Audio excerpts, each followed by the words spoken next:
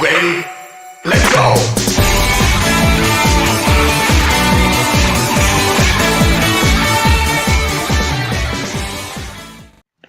Salut à tous, dans cette vidéo on va parler du jeu My Hero One Justice qui est sorti depuis un moment maintenant, mais j'avais quand même envie d'en parler. Donc voilà, je vais vous donner mon avis sur le jeu. Donc déjà on va commencer par présenter les différents modes que propose le jeu. Donc tout d'abord le mode histoire, qui consiste en gros en une sorte d'enchaînement de combats qui sont rattachés au scénario du manga. Donc ça va de l'arc Stain jusqu'au combat Control for One. Ça se présente sous la forme d'une map avec des cases de BD et tout, c'est assez joli. En fait, vous parcourez ce mode une première fois avec les héros, puis quand vous le finissez, vous recommencez du côté des vilains. Faut savoir que j'ai pas encore joué avec les vilains, comme j'ai pas fini l'histoire avec les héros. Vu que ce mode est pour moi raté, du coup je m'y intéresse pas trop, mais bon, j'y reviendrai tout à l'heure quand on parlera des points négatifs du jeu. Ensuite, le mode mission. Donc qui est un mode lui qui est plutôt cool, parce qu'on parcourt une map, donc un peu comme dans le mode histoire, mais cette fois pas de scénario, on doit réussir des combats avec une équipe de 3 personnages du coup. En gros on a 3 personnages au début, puis à chaque combat on choisit quel personnage on veut. C'est pas des combats 3v3. Donc voilà, donc on doit réussir des combats parfois sous des conditions spéciales, et le but est d'obtenir le meilleur score. Donc ça apporte assez de variété, etc. En plus de ça, ce mode nous permet de rapidement débloquer des éléments de personnalisation, j'y reviendrai plus tard. Donc après nous avons les modes entraînement et match libre. Bon là j'ai pas besoin d'expliquer, c'est la base dans un jeu de combat. Donc après le mode online, donc qui propose un système de classement assez simpliste mais clair. Comme ça on galère pas à essayer de comprendre comment fonctionne le tableau et tout. Non, là on comprend facilement nos stats, notre position, etc. Ce que j'aime bien aussi, c'est le fait de voir comment les autres joueurs ont customisé les personnages. Parce que oui, on peut customiser les personnages, je vais en parler. Parfois c'est classe, parfois c'est disons spécial. Sachant qu'on voit très vite qui est noob si vous n'avez pas beaucoup d'éléments de personnalisation. Bref voilà, après j'ai rencontré quelques soucis sur certains combats online, genre des lags, voire je crois qu'à un moment ça m'est arrivé d'être déco carrément. Mais globalement c'était plutôt stable et je pense que ça devait venir de l'autre joueur en plus.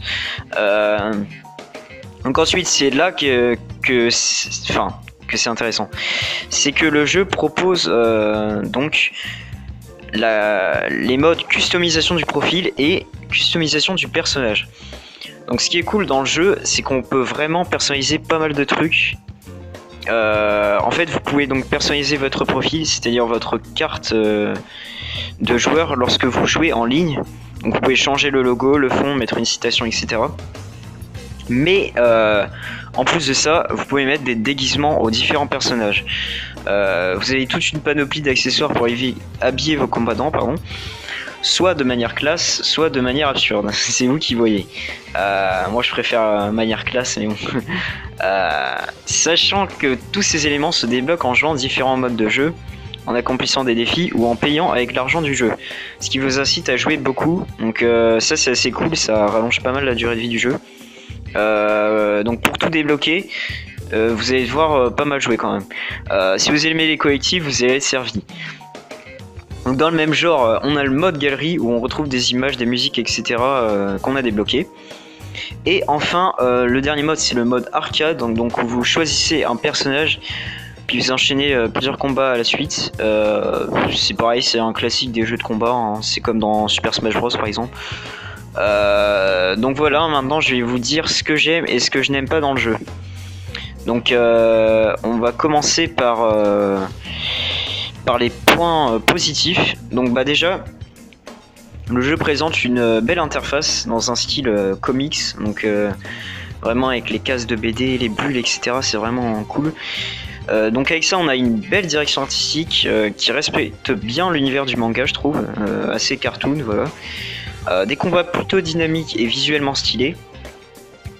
Les combats c'est assez cool, on a vraiment l'impression que c'est vivant, etc. J'ai entendu des gens dire que c'était mou. Visuellement non, après dans le gameplay, j'y reviens plus tard. Ensuite, la bande son est sympathique, même si ce n'est pas celle de l'animé, voilà. C'est des sons un peu rock et moi j'aime bien perso. Ensuite, donc les doublages de l'animé, c'est les doublages japonais, donc ça c'est vraiment cool. Qu'on ait les doublages de l'animé, les voix originales japonaises, voilà. C'est plutôt cool, même si bon, au bout d'un moment, ça devient un peu saoulant d'entendre tout le temps les mêmes choses, parce que à chaque fois que vous spammez une attaque ou quoi, c'est toujours le même son, donc au bout d'un moment ça va peut-être vous saouler. Ensuite, donc un gameplay simple mais sympathique qui permet quelques stratégies intéressantes. Donc un jeu d'esquive et de garde, des combos simples mais qui bien utilisés peuvent offrir des stratégies. Un jeu très aérien, du combat sur les murs, un système d'acolyte qui peut permettre de sortir d'un combo, etc. Ensuite, on a un roster assez diversifié, voilà. Et puis, pour moi, le gros atout du jeu, vraiment, qui fait que le jeu, comment dire, ça fait un petit peu l'originalité du jeu, voilà. C'est le fait qu'il y ait pas mal de collectibles qui feront plaisir aux fans. Donc c'est ce que j'ai expliqué tout à l'heure, les éléments de personnalisation, etc. Et ça c'est vraiment cool et ça permet d'augmenter considérablement la durée de vie du jeu. Donc vous avez pas, si vous aimez pas collectionner des objets, etc., ça va peut-être vous saouler. Si c'est votre délire, en plus c'est des objets de personnalisation, donc c'est plutôt cool, etc. Ça c'est fun. Vous allez aimer, je pense. Ensuite, donc on va passer au point négatif. Donc j'ai dit que je trouvais la direction artistique plutôt belle, mais pour ce qui est des graphismes, je trouve les textures trop lisses et parfois ça fait un peu cheap, surtout sur les décors. Faut savoir que je joue sur la version Switch, voilà, parce que j'ai une Switch, j'ai pas d'autres consoles, donc je sais pas ce que ça vaut sur les autres consoles. De mémoire, je l'avais testé à la Japan Expo sur PS4, et de mémoire, je crois qu'il n'y a pas trop de différence, hein. Le jeu globalement est comme ça, c'est assez dommage, voilà, mais bon, après, le jeu a pas eu un gros budget, je pense, donc voilà. Ensuite, pour continuer sur la technique, on a des temps de chargement assez longs et trop fréquents, et ça c'est vraiment chiant, ça casse le rythme du jeu. C'est chiant, mais bon. Donc ensuite, il y a quelques ralentissements de temps en temps. C'est pas grave, hein, ça va pas vous gâcher toute votre expérience de jeu, mais je préfère prévenir que des fois il peut y avoir des ralentissements. Donc j'avais dit que les combats ils étaient plutôt dynamiques et visuellement stylés. Mais du coup, les combats, en fait, parfois ça peut s'avérer assez brouillon, parce qu'il y a pas mal de trucs qui s'affichent à l'écran, voilà, il y a des sortes d'effets, etc. Dans un style un peu animé comics, voilà. Et puis aussi, le problème du gameplay, c'est que, en fait, visuellement, il est assez dynamique, etc. Mais manette en main, on sent qu'il est un petit peu mou, c'est un peu dommage, même si ça reste plaisant à jouer, etc. Mais c'est un peu dommage. Ensuite, donc, roster diversifié, mais roster mal équilibré. Certains personnages sont assez cheatés, hein, genre des coups de shoot style. Je trouve un peu cheaté, quoi. Ensuite, ce qui est dommage, c'est qu'il manque, je trouve, un mode mini-jeu. Donc, autre chose que du combat pur. Je sais pas, dans un truc où il faut casser des cibles, j'en sais rien. Truc où on affronte des hordes de brainless, enfin, je dis n'importe quoi, hein. Mais on sait jamais, voilà. Ensuite, donc j'en parlais tout à l'heure, le mode histoire que je trouve peu intéressant, car bah, c'est pas une histoire originale, donc c'est des trucs qu'on a déjà vu, quoi. En plus avec une mise en scène vraiment pas ouf. Bon, c'est sûr qu'on peut pas retranscrire les mêmes émotions que dans un animé. Et en plus certains morceaux du scénario ont été un peu charcutés, donc voilà, le mode histoire, bof. Et ensuite, on a des DLC qui sont présents dès le lancement du jeu. Ça, je trouve que c'est un petit peu abusé. Bon, je sais que le jeu est sorti avant au Japon, patata, mais en tout cas, nous, on a des DLC à la sortie du jeu, quoi. Alors que ça aurait pu être du contenu mis direct dans le jeu, mais bon, voilà, c'est un peu dommage. En plus, un perso ça coûte 3€ et une map de mission ça coûte 2€ pour vous donner les prix. Je suis pas contre les DLC, hein, mais franchement là la sortie du jeu, je trouve que c'est abusé, quoi. Je trouve qu'un DLC ça doit devenir payant quand il y a du taf en plus sur le jeu, etc. Pour le faire vivre à long terme. Là je trouve que c'est un peu abusé. Ouais, voilà. Et je pense, le point le plus important, c'est que c'est un jeu qui a peu d'intérêt si vous n'êtes pas fan de My Hero Academia en fait. Et je pense que je vais conclure ma critique là-dessus.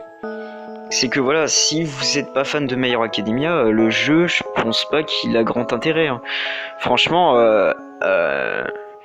ça reste un jeu fun, mais c'est pas un grand jeu de combat. Voilà, c'est un jeu de combat assez classique. Mis à part, voilà, j'ai dit la personnalisation qui est vraiment sympa, qui apporte un gros plus, etc. Je trouve que voilà, ça reste c'est pas un jeu de combat très original, c'est pas une adaptation manga très originale. Voilà quoi. C'est un jeu sympa, mais sans plus. Je pense que c'est mon avis dessus. Du coup, je vous conseille de pas le prendre à plus de 50€, parce que pour moi, il vaut pas ce prix-là. Donc prenez-le en dessous de 50€. Voilà. Et puis c'était voilà ma critique du jeu My Hero One Justice. J'espère que ça vous aura plu, que ça vous aura incité à acheter le jeu ou au contraire à ne pas l'acheter. Voilà, faites-vous votre propre avis. Et puis je voulais aussi dire que je suis désolé pour l'inactivité ces derniers temps. Hein. Il n'y a pas eu de vidéo sur la chaîne depuis un moment. Bon. Voilà, c'est parce que il y a eu les fêtes et puis le bac blanc approche, je dois réviser tout. Voilà. Donc voilà. Et puis je vais donc essayer de sortir une vidéo très bientôt. Je vais essayer de sortir une vidéo dès la semaine prochaine, je pense, et ça sera une vidéo théorie, voilà. Donc je vous promets rien, mais je vais essayer de sortir la vidéo la semaine prochaine, voilà. Et puis du coup, merci de m'avoir suivi. Donc abonnez-vous et puis likez la vidéo, partagez-la et sur ce, à la prochaine.